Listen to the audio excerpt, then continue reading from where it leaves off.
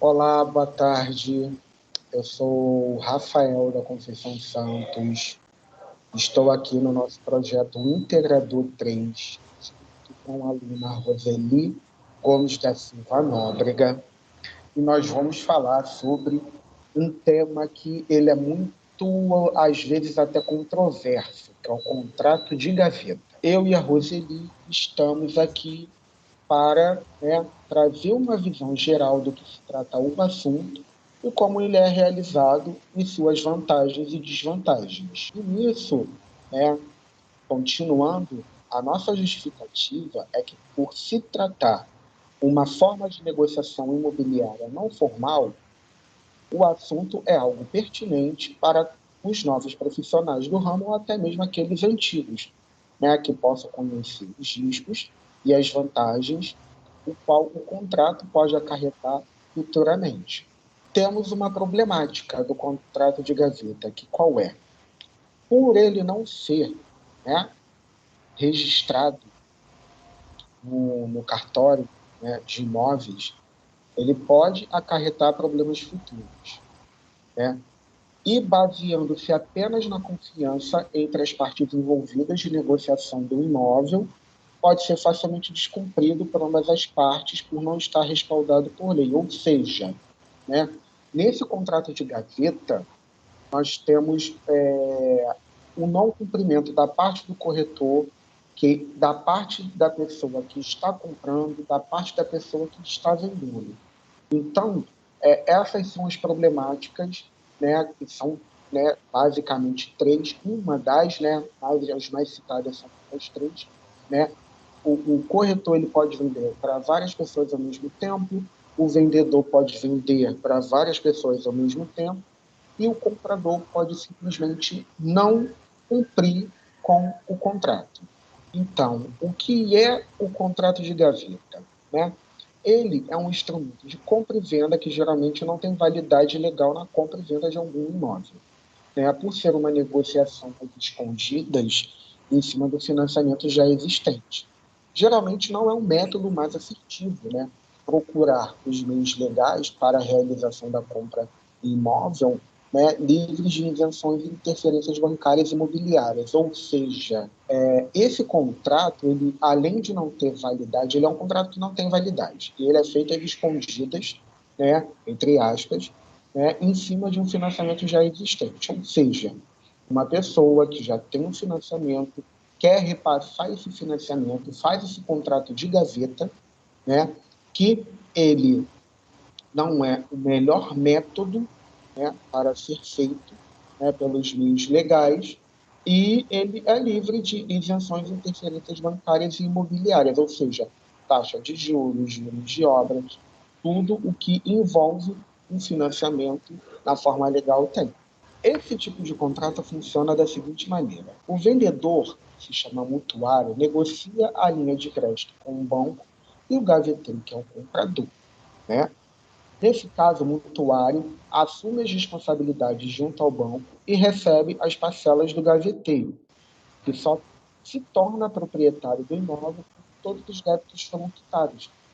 Em resumo, o vendedor passa a ser o intermediário entre o banco e o comprador. Ou seja, quem compra o imóvel, ele simplesmente pega aquele financiamento e ele não quer mais aquele imóvel e faz com que a pessoa, em questão, que é o comprador, ele assuma as parcelas do financiamento.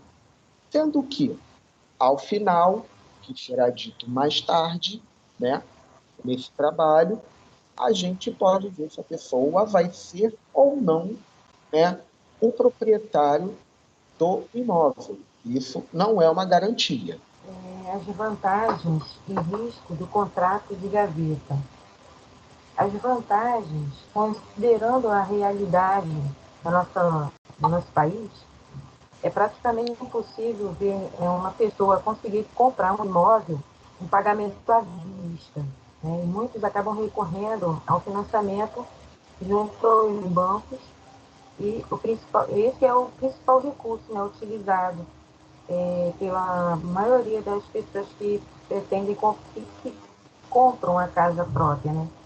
E o contrato de gaveta, ele traz uma vantagem, entre aspas, né, ao comprador, que não precisa comprovar sua renda mensal para conseguir financiar um imóvel por meio de instituições financeiras.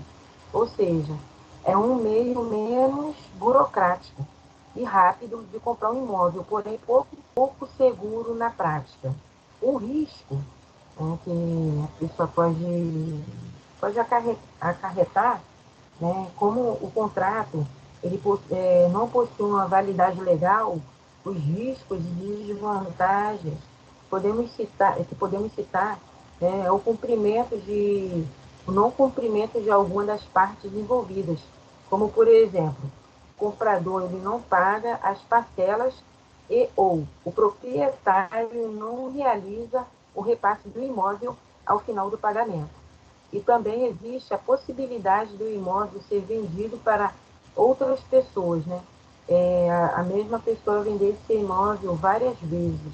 E agora nós vamos falar um pouco sobre se o contrato de gaveta, por não se tratar de um contrato formal, ele não tem qualquer ordenamento jurídico.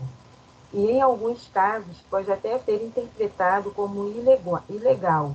Isso porque, de acordo com a Lei 8.004 de 90, que dispõe sobre a transferência de financiamento no âmbito do sistema financeiro de habitação, exige a anuência da instituição que realizou o empréstimo para a compra do imóvel.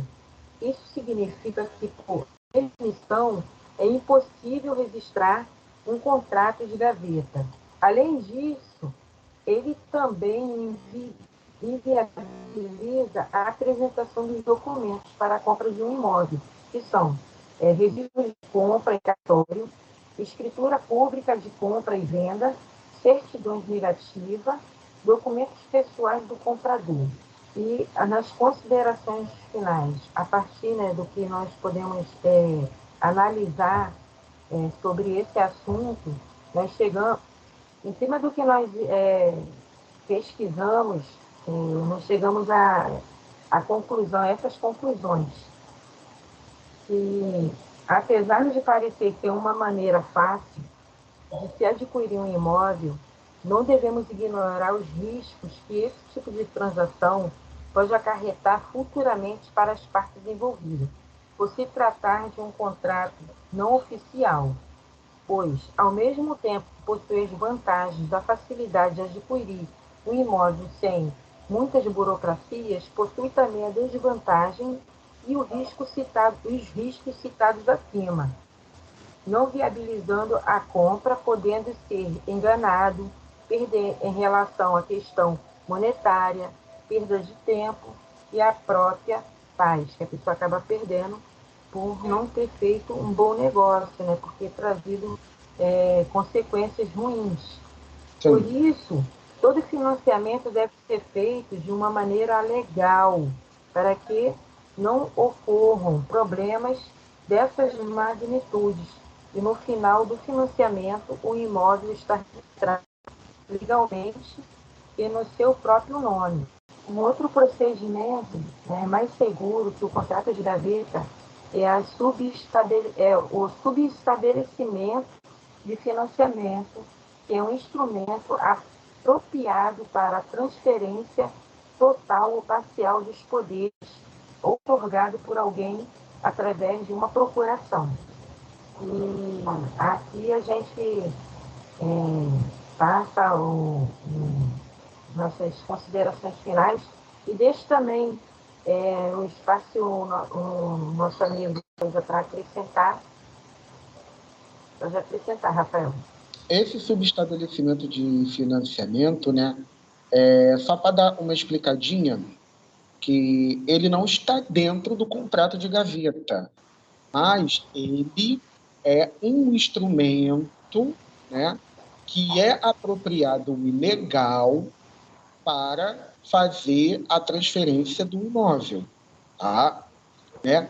como Jair diz, que é um instrumento apropriado para a transferência total ou parcial dos poderes outorgados por alguém através de uma procuração.